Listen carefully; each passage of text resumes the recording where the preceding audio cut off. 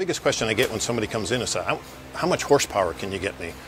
And the question I will ask them is, well, what RPM do you normally ride your motorcycle? And they'll say, oh, what do you mean? And I say, well, let me ask you this. How often do you run your motorcycle above 5,000 RPM? And the question I hear more often than any is, oh, I'm never up above 5,000 RPM.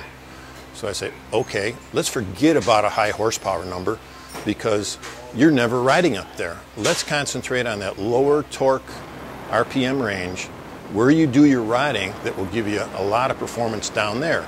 And by doing that, will also give you reliability in that engine. When you start chasing upper RPM horsepower numbers, you sacrifice bottom end torque. So why build that engine if you're never riding there? I bought a 2003 Road King that I used to develop my 95-inch setup that I do.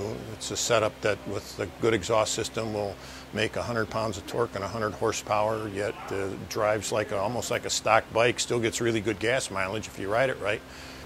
The customers that I have with those setups love them. They're not having problems with them, they just love them. The guys that chase the higher horsepower numbers, those are the guys that as you get some miles on them, you start seeing failures in them. Maybe it's a cam bearing, maybe it's a lifter. They're not as much fun nor make as much power down low. The less aggressive you make it, the better off you're going to be for really the riding that we do around here.